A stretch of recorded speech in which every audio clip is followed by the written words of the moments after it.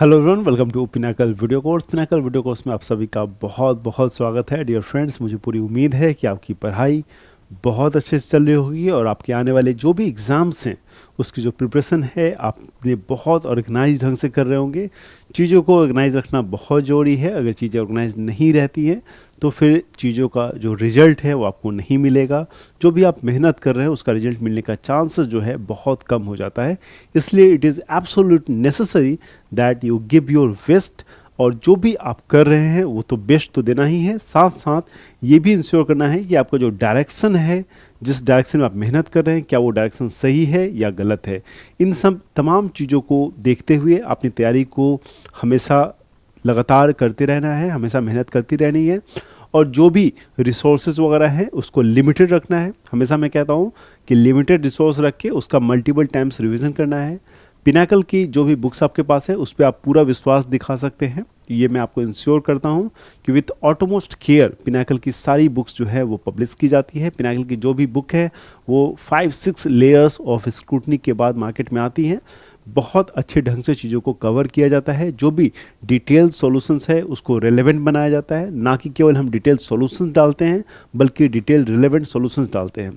सो अगर आपके पास आपके स्क्रीन पे जो किताब दिख रही है 6500 TCS MCQs, अगर ये बुक आपके पास होगी तो आप इस बात को जानते होंगे कि ये बुक कितनी अच्छी है और कितनी काम की बुक है आपके एग्ज़ाम के लिए। इस बुक में कितनी इंपॉर्टेंट जो फैक्ट्स फिगर्स हैं वो हैं, और ये बुक के बारे में आपको पता होगा कि एकदम अप टू डेटेड बुक जो है मार्केट में आती है और आपके लिए काफ़ी हेल्पफुल जो है ये बुक साबित होती है। जो भी विद्यार्थी इस बुक को पढ़ रहे हैं आप ये समझते होंगे कि जो आप यहाँ देख रहे हैं कि विथ डिटेल्ड एक्सप्लेनेशन, ये जो डिटेल एक्सप्लेनेशन है ये कितना रेलेवेंट है। अगर आपने इस बुक को पढ़ा होगा तो आपको ये खुद रियलाइज होगा, मुझे बताने की बिल्कुल आवश्यकता नहीं है। क्योंकि कोई भी एक्सप्लेनेशन केवल वर्डिंग्स कुछ हो एक पैराग्राफ, उससे कोई फ़ायदा नहीं होता। जो भी प्रश्न हम पढ़ रहे हैं उससे रिलेटेड वैसे पैराग्राफ होने चाहिए जो एग्ज़ाम में आपके आए, ठीक है। तो उस चीज़ का जो है इस बुक में ख्याल रखा गया है। तो दोनों स्क्रीन पे आप दोनों बुक अपना देख रहे हैं, ठीक है। एक बुक आपको इंग्लिश में दिख रही है और दूसरी बुक आपको हिंदी में दिख रही है, ठीक है। ये बुक देख सकते हैं, ये इंग्लिश में दिख रही है और सेम यही बुक जो है आपको हिंदी में दिख रही है। तो ये दो बुक जो है विदाउट एनी चेंजेस, जिस भी विद्यार्थी को इंग्लिश माध्यम में कंफर्टेबल फील करते हैं वो इंग्लिश माध्यम की बुक पढ़ सकते हैं, और जिसको भी हिंदी में कंफर्ट फील होता है वो हिंदी की बुक जो है पढ़ सकते हैं, ठीक है। इस बुक में आपको मैंने जैसा कहा कि डिटेल एक्सप्लेनेशन मिलता है। सितंबर 2023 तक के सारे प्रश्न कवर हैं। 5th एडिशन की बुक है।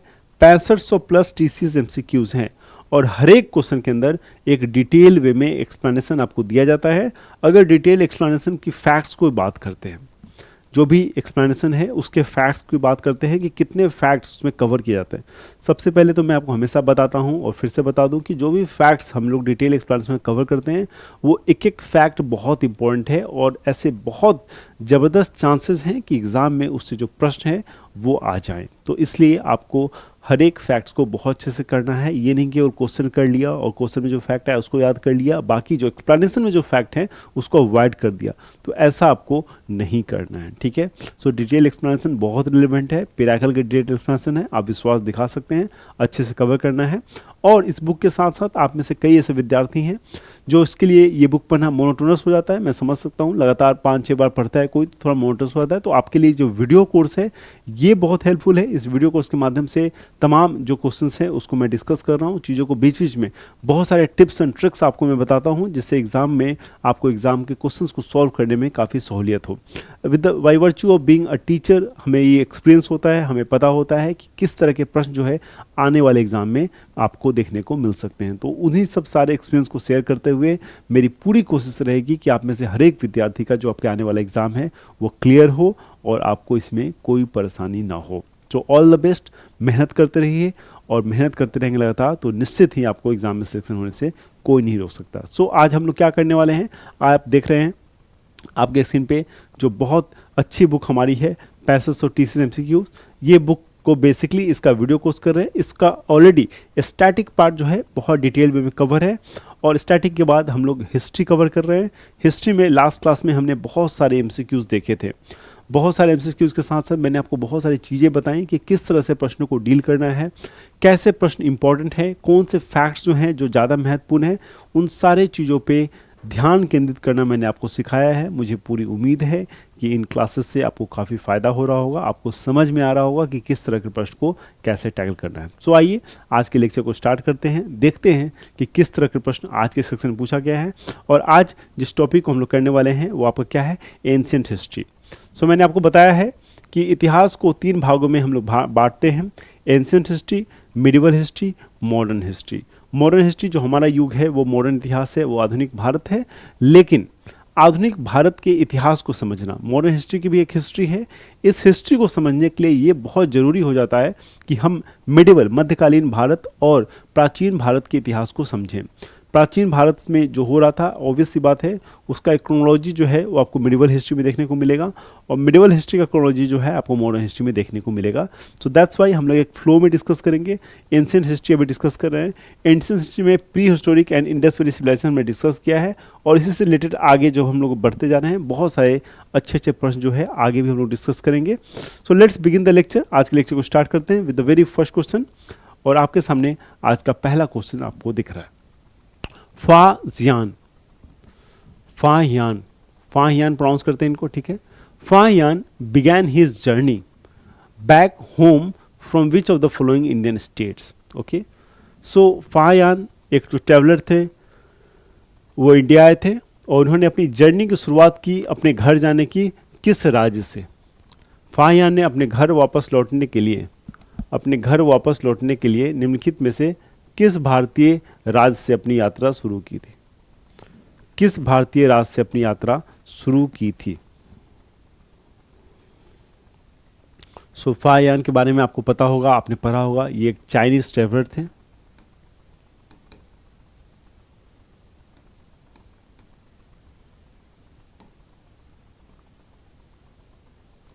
चाइनीज ट्रैवलर थे जो कि इंडिया आए थे।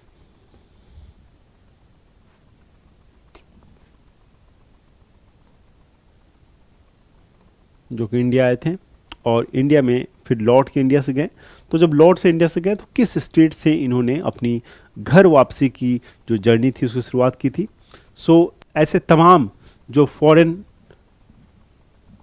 ऐसे फाहियान है, आपके मेगास्थनीज है, इब्न बतूता है, ऐसे तमाम जो फॉरेनर्स थे जो इंडिया अलग अलग काल में आए थे। सो इस पे तमाम प्रश्न बनते हैं, जैसे किस काल में कौन से फॉरेनर्स आए थे, ये प्रश्न एक बनता है।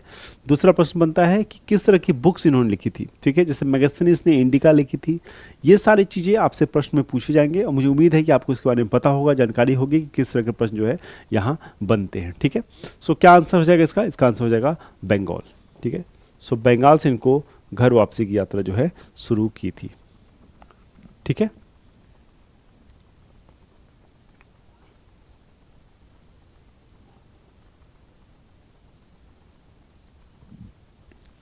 Okay, let's move to next question. So Xuanzang and other pilgrims, so क्या नाम है, Xuanzang and other pilgrims spend time studying in Nalanda, the most famous Buddhist monastery, okay, located in which of the following Indian states। काफी सरल प्रश्न है, ठीक है। क्या कह रहा है, ह्वेनसांग तथा अन्य तीर्थयात्रियों ने निम्नलिखित में से किस भारतीय राज्य में स्थित सबसे प्रसिद्ध बौद्ध विद्या केंद्र नालंदा में अध्ययन किया, ठीक है। सबसे प्रसिद्ध बौद्ध विद्या केंद्र में जो कि नालंदा में है, वहां पे अध्ययन किया। अब प्रश्न क्या है, प्रश्न पूछा जा रहा है कि नालंदा कहाँ पे है। काफ़ी सरल प्रश्न है, बहुत इजी, आप बता सकते हैं।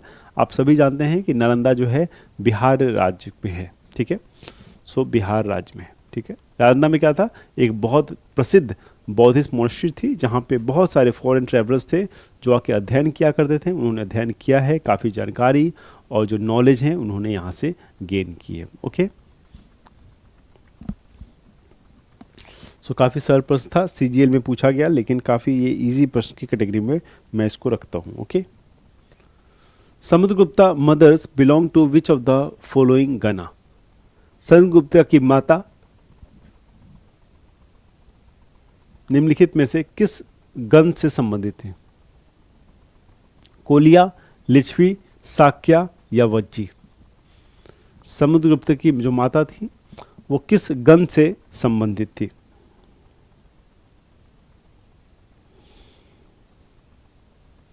So Samudragupta was the son of Chandragupta I और इनकी जो माता जी थी उनका नाम था कुमार देवी।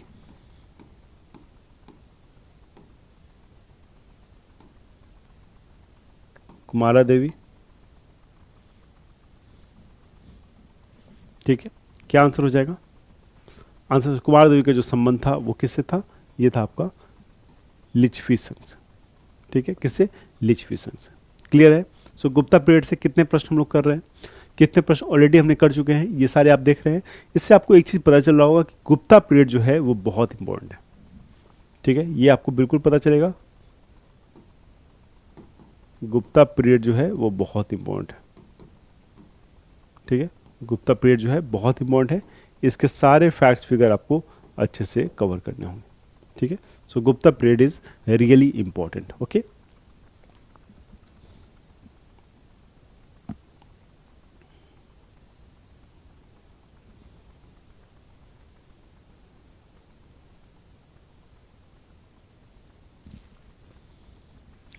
So, which of the following titles was held by Samudragupta, a ruler of Gupta dynasty? ठीक है, काफी अच्छा प्रश्न यहाँ भी है। निम्नलिखित में से कौन सी उपाधि गुप्त वंश के शासक समुद्रगुप्ता के पास थी? निम्नलिखित में से कौन सी उपाधि गुप्त वंश के शासक समुद्रगुप्ता के पास थी?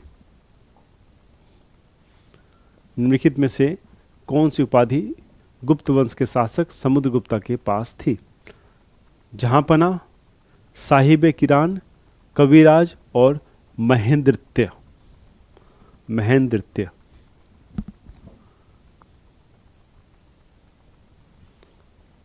समुद्रगुप्ता के बारे में आप जानते हैं, इनका रुझान म्यूजिक से कितना ज़्यादा था, and because of that reason, ठीक है, इनका जो रुझान था म्यूजिक के प्रति, इसके कारण जो है इनको एक टाइटल दिया गया था। क्या नाम था उसका? कविराज। इसका कविराज, ठीक है। काफ़ी सिंपल क्वेश्चन है, जो भी चीज़ें हैं ऑलरेडी हमने डिस्कस किया हुआ है इसका, ठीक है। बार बार चीज़ों को मैं रिपीट नहीं करूँगा। मुझे उम्मीद है कि जो भी इसके बारे में मैं आपको बताता चल रहा हूँ, आप फैक्ट्स को एटलीस्ट जो है अपने मेंटल स्तर पे, जो है माइंड के स्तर पे उसको सेग्रीगेट करेंगे। जो भी फैक्ट्स जो है समुद्रगुप्ता से रिलेटेड उसको आपने एक जगह उसको ब्रैकेट पर, देखिए माइंड के स्तर पे भी आपको नोट्स बनाने पड़ेंगे, ठीक है। जब माइंड के स्तर पे नोट्स बनाना आपने स्टार्ट कर दिया, जब ये लेवल आपने अटेंड कर लिया कि आपने एक बार समुद्रगुप्ता का नाम लिया, आपको सारे फैक्ट्स आपको याद आ जाएंगे, ठीक है। बॉक्सेस होने चाहिए ऐसे माइंड में जहाँ से क्वेश्चंस निकाल सकते हैं कि हाँ इसके बारे में ये सारे फैक्ट्स यहाँ रख रखे हैं मैंने। इस तरह की जो है प्रिपरेशन आपको करनी होगी। जीएस के क्वेश्चंस जो है आपके एग्जाम में बहुत आसान नहीं होते हैं, ठीक है, बहुत इजी नहीं होते, लेकिन एक चीज़ फाइनल है, अगर आपने एक बार समझ लिया कि किस तरह के प्रश्न आते हैं तो आपके लिए काफ़ी सरल हो जाएगा एग्ज़ाम को क्वालिफाई करना, ठीक है। क्योंकि एसएससी या उससे रिलेटेड बाकी जो वनडे एग्ज़ाम है, पीसीएस एग्ज़ाम है, वहाँ बहुत सारे प्रश्न रिपीट होते हैं। अगर आपने इस लेवल पे पढ़ाई की तो चीज़ें आपके लिए काफ़ी सरल और आसान होंगी, ओके। क्या नाम हो जाएगा? कविराज।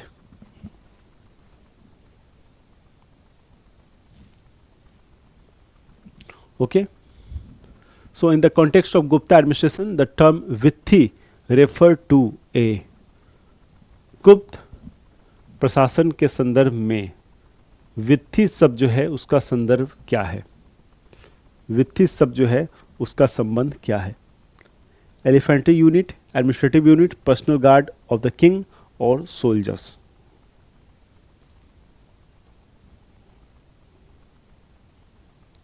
और सोल्जर्स। सो वित्थी ये शब्द इंपॉर्टेंट है, याद रखिएगा, ठीक है। वित्थी, इसका शब्द का अर्थ आपसे पूछा जा रहा है। वित्थी इसका अर्थ क्या है? Elephantry unit, administrative unit, personal guard of the king और सोल्जर्स। यस, सो वित्थी क्या था? वित्थी एक जो है प्रशासनिक इकाई था। क्या था वित्थी? इट वाज अ प्रशासनिक इकाई। कब था ये? आपका था गुप्ता पीरियड में।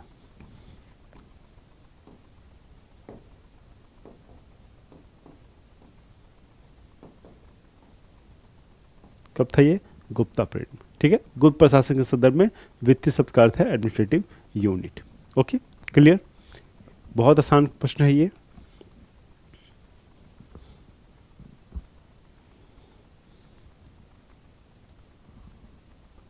Okay, so who among the following Gupta rulers married a girl from the Licchavi clan, ठीक है। निम्नलिखित गुप्त शासकों में से किसने लिच्छवी वंश की एक लड़की से विवाह किया था? लिच्छवी वंश की एक लड़की से विवाह किया था। निम्नलिखित गुप्त शासकों में से किसने लिच्छवी वंश की एक लड़की से विवाह किया था? लिच्छवी वंश के एक लड़की से विवाह किया था। सो लिच्छवी वंश देखेंगे आप प्रेजेंट टाइम में, तो ये कहाँ था? ये था आपका वैशाली बिहार में। वैशाली बिहार में। और आपको याद होगा अभी 2-3 स्लाइड पहले हमने इस प्रश्न को डिस्कस किया था कि किसकी माता जो थी वो लिच्छवी से थी, ठीक है, लिच्छवी वंश से थी, ठीक है। और वो किसकी वाइफ हुई उस समय? तो समुद्रगुप्ता के बारे में हम डिस्कस कर रहे थे। समुद्रगुप्ता के बारे में अगर डिस्कस कर रहे थे तो वहाँ से भी आप आइडिया लगा सकते हैं कि समुद्रगुप्ता के फादर कौन थे। क्या आंसर हो जाएगा? यस, समुद्रगुप्ता, श्रीगुप्ता, चंद्रगुप्ता, रामगुप्ता। क्या आंसर हो जाएगा? चंद्रगुप्ता वन, ठीक है। सो चंद्रगुप्ता वन ने लिच्छवी की एक लड़की जो वैशाली बिहार में आता था, लिच्छवी संघ, वहाँ की एक लड़की से विवाह किया था। Okay,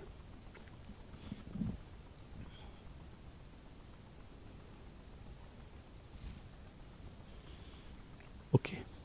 so Prabhavati Gupta the queen regent of the Vakataka empire, क्या नाम है? Prabhavati Gupta the queen regent of Wakataka Empire was the daughter of Kubera Rana Ganga. Vakataka साम्राज्य की रानी रेजिमेंट प्रभावती गुप्ता कुबेर नाम और किसकी बेटी थी?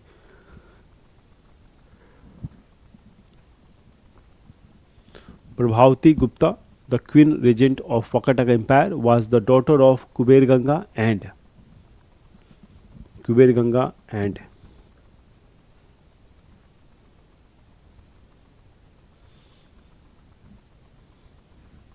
Queen regent of the Vakataka empire, Vakataka साम्राज्य की रानी रीजेंट प्रभावती गुप्ता कुबेर नाग और चंद्रगुप्ता टू की बेटी थी। किसकी? चंद्रगुप्ता टू की, ठीक है। सो इस तरह के जो रिलेशनशिप बेस्ड क्वेश्चन है गुप्ता पीरियड से, वो भी आपको देखने को मिलेंगे, ठीक है, वो भी आपको देखने को मिलेंगे।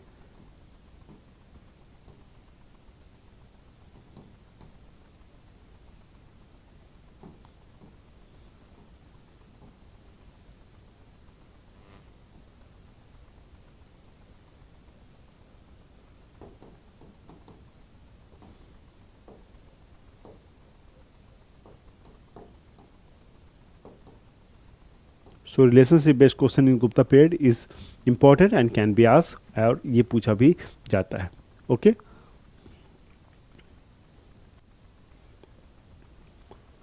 सो the Gupta imposed a fine called, क्या प्रश्न है कि गुप्त शासकों ने किस नामक एक शुल्क लगाया था? A fine called which was plough tax paid by every cultivator owing a plough. तो शुल्क लगाया था जो एक हल कर था, जिसका भुगतान प्रत्येक उस किसान के द्वारा किया जाता था जिसके पास हल था, ठीक है। ये एक क्या था गुप्ता पीरियड में? एक जिसके पास हल था, जो प्लॉ था, उसके ऊपर ये टैक्स लगाया गया था, और जिसके पास भी हल हुआ करता था उसको ये टैक्स देना पड़ता था, ठीक है। सो क्या नाम था उसका? हिरण्य कारा शुल्का हलवा कर। सो गुप्त शासकों ने किस नामक एक शुल्क लगाया था जो एक हल कर था, जिसका भुगतान प्रत्येक उस किसान के द्वारा किया जाता था जिसके पास हल था? क्या आंसर हो जाएगा? आंसर इसका हलवा कर, ठीक है। आंसर क्या है? हलवा कर, ठीक है। The right answer is Halwakar. Okay,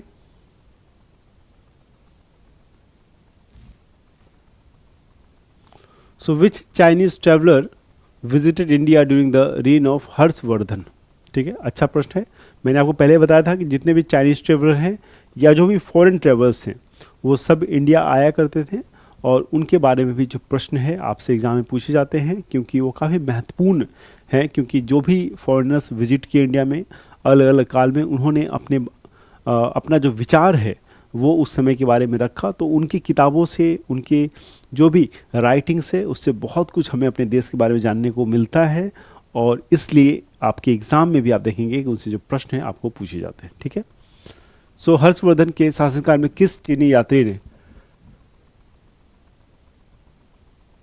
Bharat की यात्रा की थी? Hiuen Tsang, Itsing, Fahien, Ibn Battuta. So ये चारे ट्रैवलर थे जो इंडिया में आए थे अलग अलग काल में। जो हर्षवर्धन के काल में आया था उनका क्या नाम था? जो हर्षवर्धन के काल में आया था उनका क्या नाम था? ठीक है, क्या नाम था उनका? ह्वेनसांग। ठीक है, Hiuen Tsang is the right answer. Okay,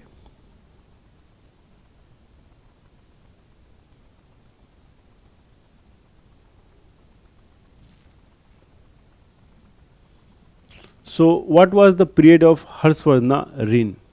Harshvardhana, the last ruler of Vardhana dynasty. Harshvardhan the last ruler of Vardhana dynasty. Harshvardhan के शासनकाल की अवधि क्या थी, ये पूछा जा रहा है। ठीक है, 4 ऑप्शन दिए गए हैं आपको बताना है कि क्या पीरियड था इनके रूलिंग का। इन्होंने जो रूल किया था वो पीरियड कौन सा था? ठीक है, so 647 C to 700 C, 570 C to 610 C, 606 C to 647 C, और 545 सी टू 570 सी। ओके, सो ये काल कभी पूछा था, प्योर फैक्चुअल क्वेश्चन है। आंसर क्या होगा इसका? 606 से 647। ठीक है, so he was the last ruler of Vardhana dynasty, Harshvardhan. Okay, last ruler of Vardhana dynasty.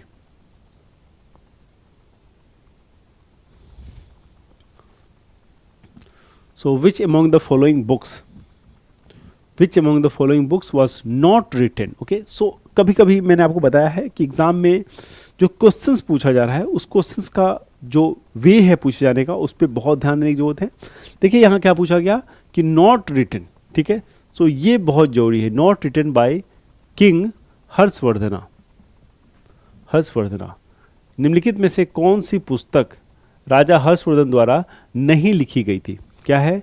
द्वारा नहीं लिखी गई है।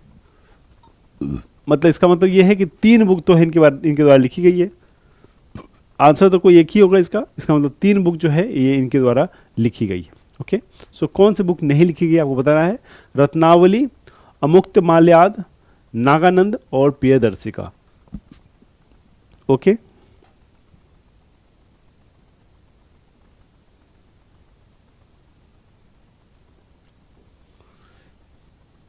यस, कौन सी बुक है जो इनके द्वारा नहीं लिखी गई है? ध्यान देना है, यहाँ पे पूछा जा रहा है नहीं लिखी गई है, यहाँ पे कंफ्यूज नहीं होना है। ठीक है, सो 3 बुक जो है वो लिखी गई है। कौन कौन सी है?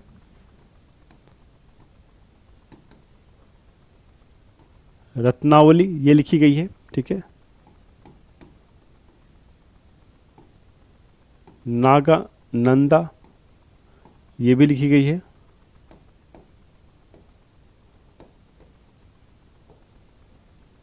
प्रिय दर्शिका ये भी लिखी गई है। कौन सी बच गई? वो बच गया अमुक्त माल्याद। ठीक है, अमुक्त माल्याद किसके द्वारा लिखी गई है?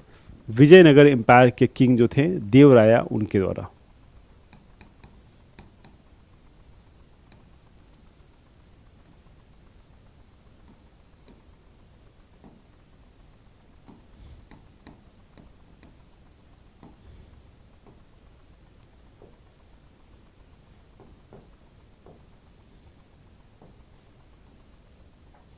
ठीक है, विजय एम्पायर के जो किंग थे देवराया, उनके द्वारा ये पुस्तक लिखी गई है। ठीक है, अमुक्त माल्याद।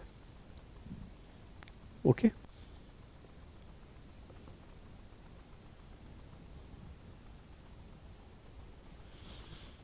सो who wrote the Harshacharita, a biography of Harshavardhana? So Harshvardhan की जीवनी हर्षवर्धन की जीवनी हर्ष चरित्र किसने लिखी थी? सो कभी एग्जाम में प्रश्न आ जाए कि हर्षवर्धन की जीवनी का क्या नाम था, तो याद रखिएगा उसका नाम था हर्ष चरित्र। ओके, लिखी किसने थी ये बताना है, लिखी किसने थी ये बताना है। बाणभट्ट, हरिसेन, रविकृति, ह्वेनसांग। किसने लिखी थी? बाणभट्ट, हरिसेन, रविकृति या ह्वेनसांग। ह्वेनसांग आप जानते हैं ये फॉरेन ट्रेवलर थे। सो ये जो लिखी गई थी किसके द्वारा लिखी गई थी? वो लिखी गई थी हर्षवर्धन के कोर्ट पोएट द्वारा। कोर्ट पोएट द्वारा। कौन थे कोर्ट पोएट? वो थे Banabhatta.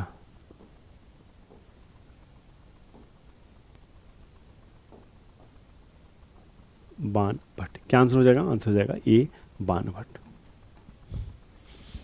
Option will be A Banabhatta.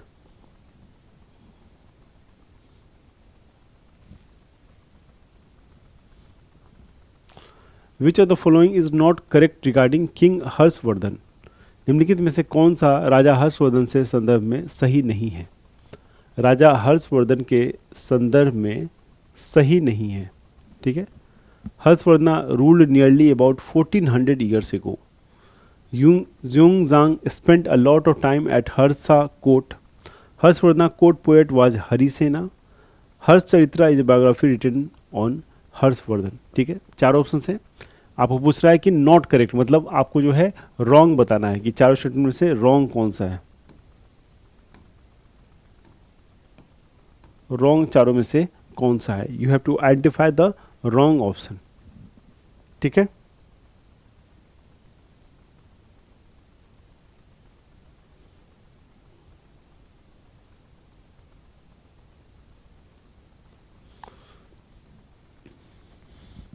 सो अभी जो हमने पीछे क्वेश्चंस किया, अगर उस क्वेश्चन को अगर आपने याद किया होगा, आपको ध्यान होगा, तो इसका बहुत इजीली आप आंसर बता सकते हैं। क्या क्वेश्चन में डिस्कस किया ये देखिए। कोर्ट पोएट बाणभट्ट किसके? हर्षवर्धन के। यहाँ पे ऑप्शन सी देखिए, Harshvardhan court poet was Harisena. ये क्या है? ये रॉन्ग स्टेटमेंट है, क्योंकि ये कौन है? ये बाणभट्ट है। ठीक है, ये कौन है? बाणभट्ट।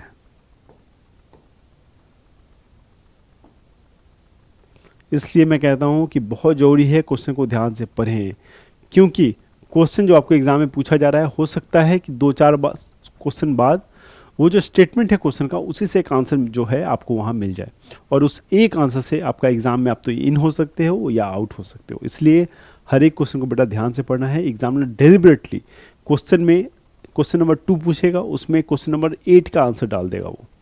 तो देखिएगा कि आपके अंदर वो ऑब्जर्वेशन कैपेसिटी है कि नहीं, कि आप क्वेश्चंस को भी एक पोटेंशियल आंसर की तरह पढ़ते हो कि नहीं। ये सब चीज़ें जो है एग्जाम में चेक की जाती है। एग्जाम में ना केवल ऐसा नहीं कि केवल नॉलेज चेक की जाती है, उसके साथ साथ बहुत सारे स्किल्स जो है वो चेक की जाती है। ठीक है, किसी भी एग्जाम में कि आपकी सोचने की सब कैपेसिटी कैसे है, ये सारी चीज़ें जो है चेक होती है। ठीक है, इन सारी चीज़ों का आपको ध्यान देना है। क्लियर?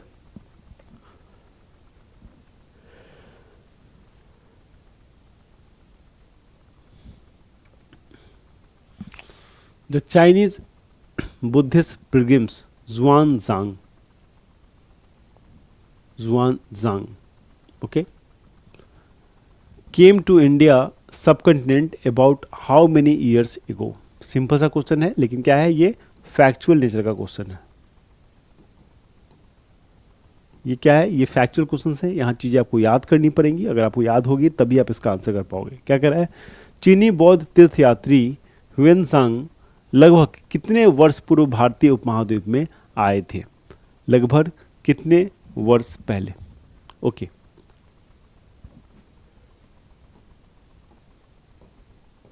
1100, 1700, 2000 या 1400?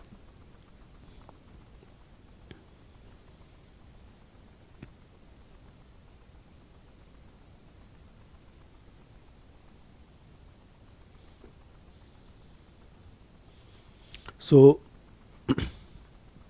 ये कश्मीर के रास्ते से आए थे। ठीक है, ह्वेनसांग। ठीक है, ये भी ध्यान रखिएगा।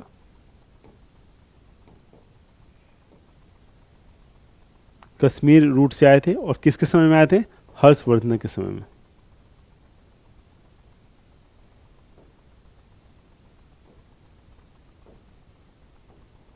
हर्षवर्धन टाइम। कब आए थे? 1400 साल पहले, 1400 साल पहले, ठीक है, about 1400 years ago. Okay,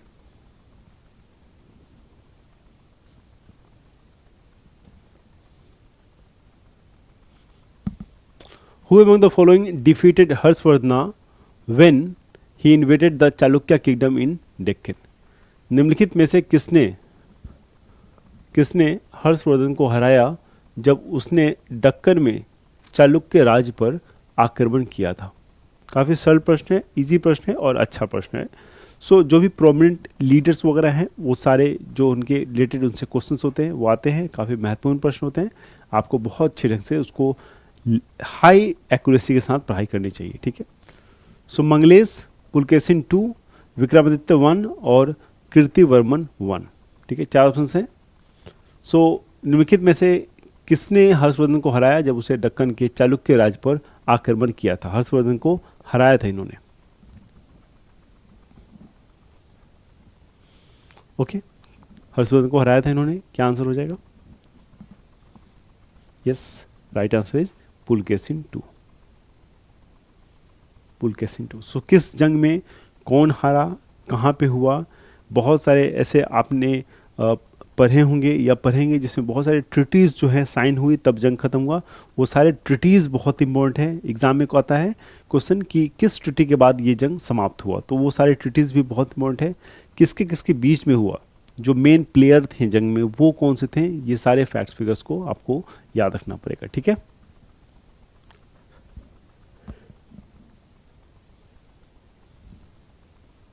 okay, king Shashank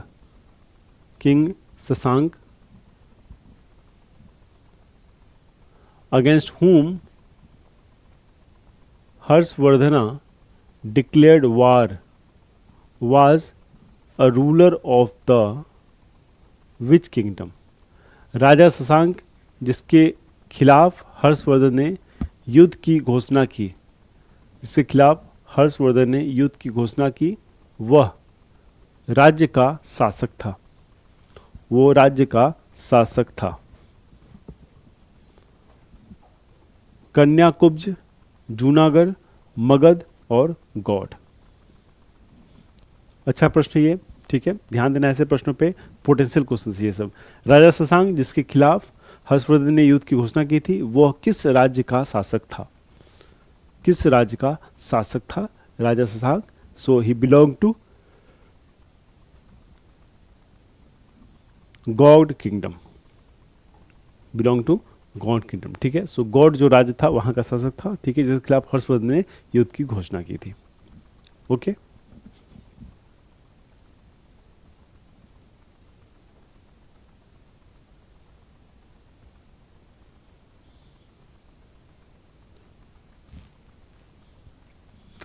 so Pushyabhuti who ruled the Thaneshwar was founded of which dynasty? Thaneshwar में शासन करने वाले पुष्यभूति, थानेश्वर में शासन करने वाले पुष्यभूति किस वंश के संस्थापक थे? ठीक है, सो पुष्यवती जो थे किस वंश के संस्थापक थे ये आपको बताना। वर्धन, चेर, पांड्या, चालुक्य। वर्धन, चेर, पांड्या और चालुक्य, काफी इंपॉर्टेंट है ये भी।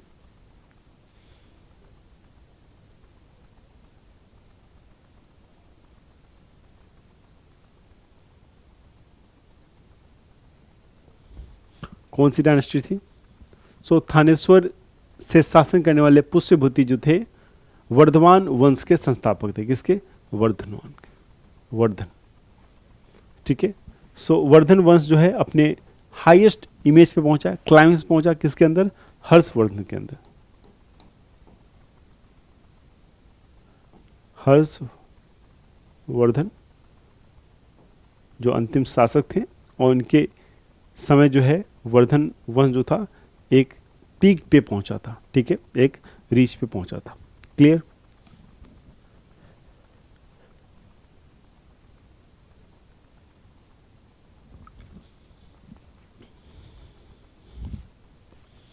ओके,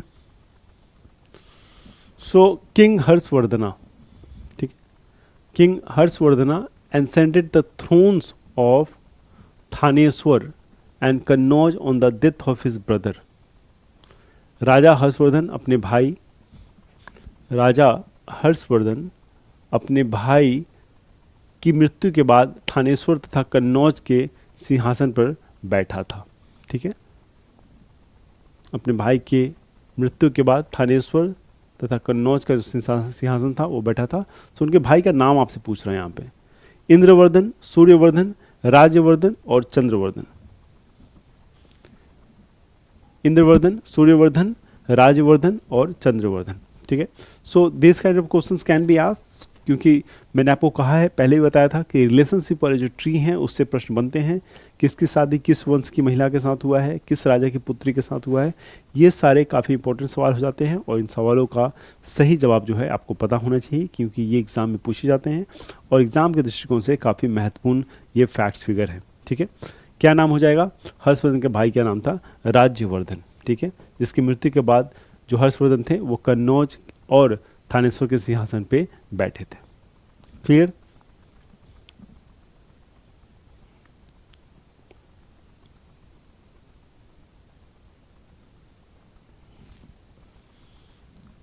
ओके, सो चोला एडमिनिस्ट्रेशन, ये चोला डायनेस्टी से क्वेश्चन आ गया। अब आपको मैंने कहा था आपको चोला डायनेस्टी भी बहुत इंपॉर्टेंट है।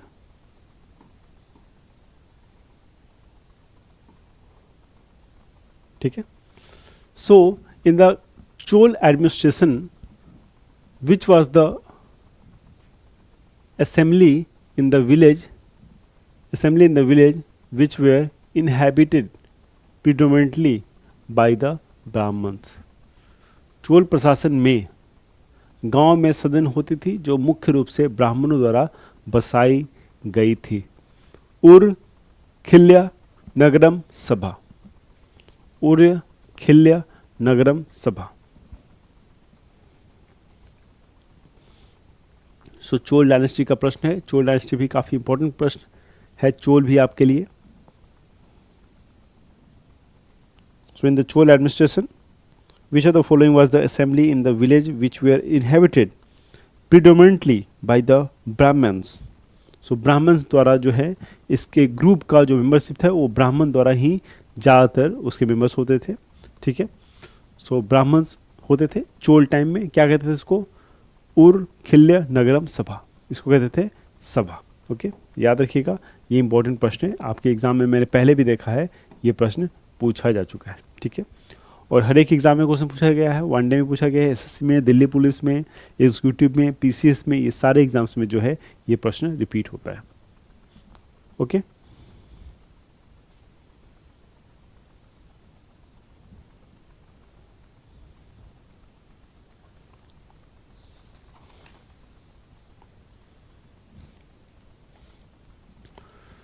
Sabha and Ur, two kinds of village assemblies are referred to in which of the following dynasties? बहुत अच्छा प्रश्न है। सभा और उर, सभा और उर दो प्रकार की ग्राम सभाओं का उल्लेख जो है, मतलब इसके बारे में जिक्र जो है, निम्नलिखित में से किस राजवंश में है? ठीक है, सो मैंने कहा है, आपको पहले बताया था कि जितने भी राजवंश थे, साम्राज्य हैं, डायनेस्टीज़ हैं, उसके जो अलग अलग ग्रुपिंग है, अलग अलग जो नाम है, जो यूनिक नेम है, ठीक है, किसी चीज़ का, उसके बारे में प्रश्न आपसे ज़रूर पूछे जाएंगे। उसके लिए आपको पूरी तरह से तैयार रहना चाहिए। ठीक है, क्या आंसर हो जाएगा इसका बताइए? बहुत अच्छा प्रश्न पूछा गया आपसे कि सभा और उर दो प्रकार की ग्राम सभाओं का उल्लेख निम्नलिखित में से किस राजवंश में होता है? सभा और उर क्या है? दो प्रकार की ग्राम सभाएं हैं। सो हमने थोड़ी देर पहले सभा के बारे में जिक्र किया था, आप देख सकते हैं लास्ट क्वेश्चन जो था हमारा वो सभा के ऊपर था। किससे बिलोंग करता था? चोल से। ठीक है, सो सभा के साथ हम लोग ये गेस कर सकते हैं कि उर भी जो है ये चोल से बिलोंग करता था, और इसलिए हम लोग यहाँ पे चोल मार्क कर सकते हैं। ठीक है, सो बहुत बारी जो है इंटेलिजेंट गेसेस हमें करने पड़ते हैं, और मैंने आपको इसलिए पहले ही बताया कि जो लास्ट क्वेश्चंस है, अब देखिए ये क्वेश्चंस अगर आपने किया होगा, ठीक है, तो आप अगला क्वेश्चन भी कर पाते हैं।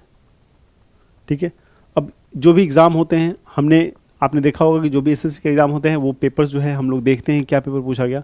अब देखिए यहाँ पे पूछा गया एसएससी सीजीएल 14/7/23 को पूछा गया फर्स्ट शिफ्ट में, 14/7 को पूछा गया आपको सभा के बारे में, जो कि चोल से बिलोंग करता है।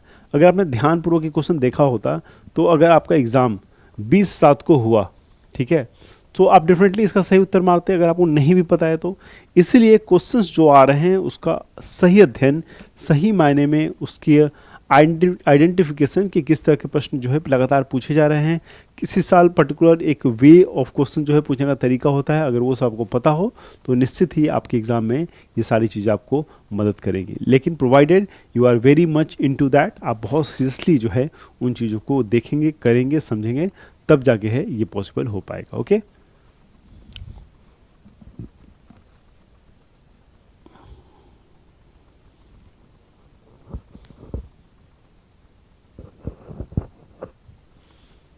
So brahmadeva a type of land during the Chola period. So Chola वाले सारे क्वेश्चन कर रहे हैं।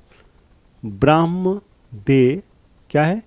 अ type of land during the Chola period was the, Chola काल के दौरान जो ब्रह्मदेव है उस प्रकार की भूमि के रूप में जाना जाता है। Land gifted to Brahmins. So हमेशा ध्यान रखिएगा, हम लोग अभी कैसे क्वेश्चन कर रहे हैं, चोल काल वाले सारे जो प्रश्न हैं वो कर रहे हैं, तो उस चोल काल के जो भी फैक्ट्स फिगर आपको याद होंगे उसको आप माइंड में रखेंगे। ठीक है, so brahmadeva a type of land during Chola period was so land gifted to Brahmins, land of non-Brahmins, peasants, proprietors, land gifted to temples, और land of royal persons. Okay, land of royal persons. So basically एक land था, उस land का क्या नाम था? ब्रह्मदेव।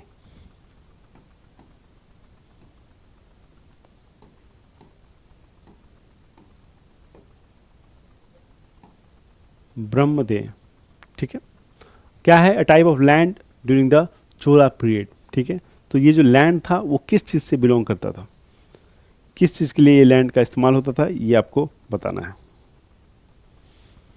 सो basically this kind of lands were gifted to Brahmans. ठीक है, सो ब्राह्मणों को उपहार में दी गई जो भूमि है उसको क्या कहते हैं?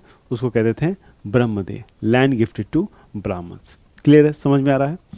कितने मज़ेदार और इंटरेस्टिंग क्वेश्चन जो हैं आपसे पूछे गए हैं। एक बार आपने अगर समझ अपनी एस्टेब्लिश कर ली तो आपको कभी भी कोई परेशानी नहीं होगी। ठीक है, okay.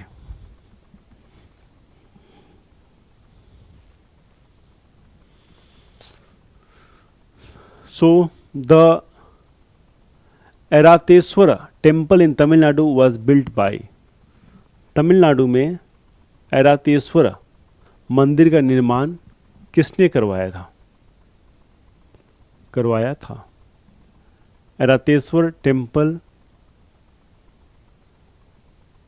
In Tamil Nadu was built by Raja Raja Chola 2, Raja Raja Chola 1, Maharaja Sawai Jai Singh 2 और महाराजा प्रताप सिंह।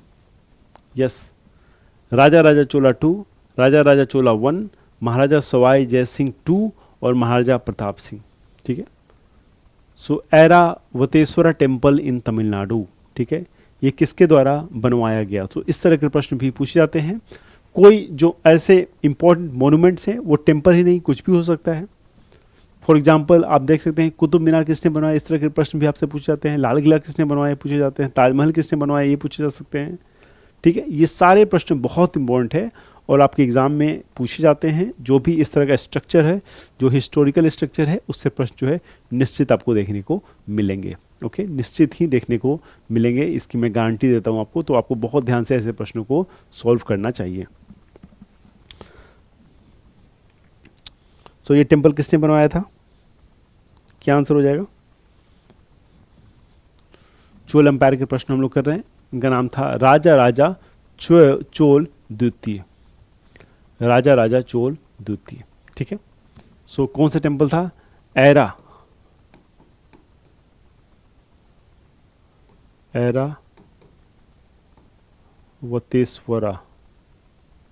ऐरावतेश्वरा टेम्पल। कहाँ पे है ये है तमिलनाडु में, तमिलनाडु में।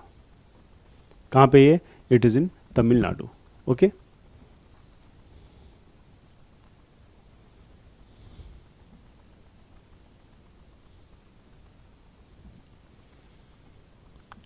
सो the term vetti in Chola empire is related to, Chola साम्राज्य में वेट्टी शब्द संबंधित है किस चीज से?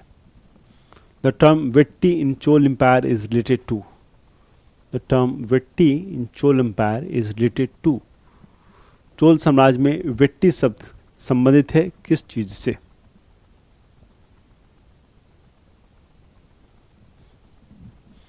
So part payments, army, force labour, gold coin.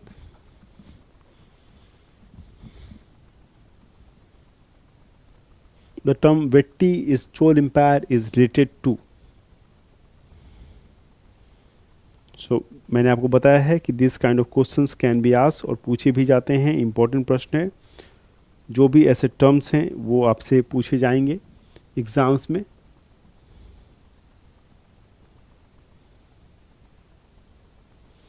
सो चोल एम्पायर आप जानते हैं 8 से 12 सेंचुरी एडी का एम्पायर था ये।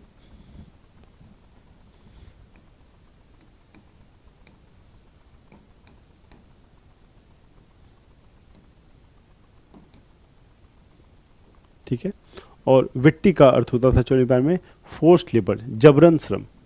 ठीक है, जबरदस्ती, फोर्स्ड लेबर आपने सुना होगा, जो एक कानून अपराध है, आप किसी से जबरदस्ती कोई कार्य नहीं करा सकते हैं। सो ये जो फोर्स्ड लेबर है ये उस समय वेट्टी, एक अलग नाम से जाना जाता था। कौन सा नाम था वो नाम था वेट्टी। ठीक है, क्या नाम था? वेट्टी। ठीक है, इसका मतलब था फोर्स्ड लेबर।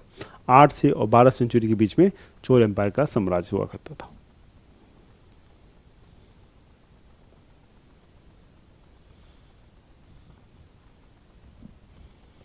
ओके,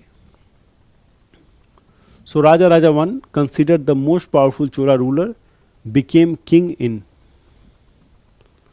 सो राजा राजा वन, सबसे शक्तिशाली चोल शासक माने जाने वाले राजा राज प्रथम कब राजा बने थे? ठीक है, राज प्रथम जो थे वो कब राजा बने थे? सो 1999, 979, 971 और 985। ठीक है, क्या आंसर हो जाएगा? राजा राजा वन। सो चोल एम्पायर से क्वेश्चंस बहुत इंपॉर्टेंट हैं, एग्जाम में आते हैं। चोल एम्पायर्स के दौरान जो अलग अलग किंग्स थे, ठीक है, जो चोल्स के किंग थे उनका टाइम फ्रेम, टाइमलाइन, किंग्स का टाइम, फिर टर्म्स जो इसमें यूज होते थे, टर्म्स ये भी बहुत इंपॉर्टेंट है। ठीक है, वेट्टी जैसे कि हमने डिस्कस किया एग्जाम्पल के लिए, वेट्टी, इस तरह के जो प्रश्न हैं आपको देखने को मिलेंगे इस समय की, इस काल वाले फेज में। ठीक है, मैंने लास्ट 10 साल के प्रश्न जो आपको देखा है मैंने, उससे मुझे रियलाइज हुआ कि इस तरह के प्रश्न जो है ज़्यादातर पूछे जाते हैं जो इस काल के फेज में जो भी साम्राज्य था उससे जो है ये जो टर्म्स वगैरह जो उस समय यूज़ होते थे उससे प्रश्न जरूर बनते हैं। तो जैसे वेट्टी है, इस सब इससे का मतलब, तो ऐसे जितने भी टर्म आपको मिले हैं इसका आपको बहुत ध्यान से याद करना है। ठीक है, आपको याद करना पड़ेगा, आपको कोई विकल्प नहीं है। सो इसको जो है ऐसे शब्दों को इस्तेमाल करके आप बार बार जब आप रिवाइज करोगे तो वो आपको याद होता चला जाएगा। ठीक है, so let's back to the question. Chola शासक जो सबसे महत्वपूर्ण और सबसे पावरफुल था, ठीक है, उसका नाम था राजा राज प्रथम। ये कब राजा बने थे? ये बने थे 1985 में। कब बने थे? 1985 में। He became king in 1985। Clear?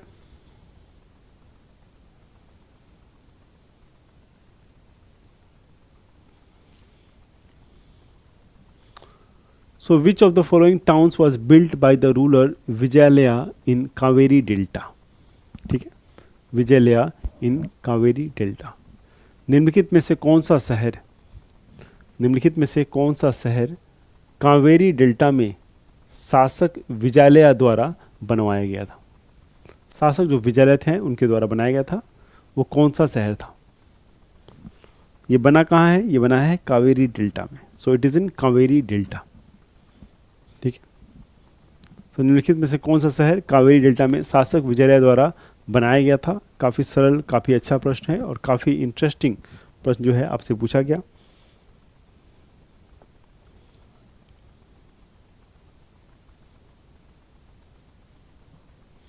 Okay, so what will the right answer? Right answer will be Thanjavur.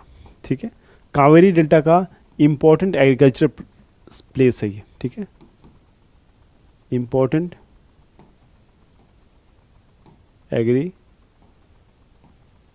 Agriculture area of Kaveri delta, Tamil Nadu.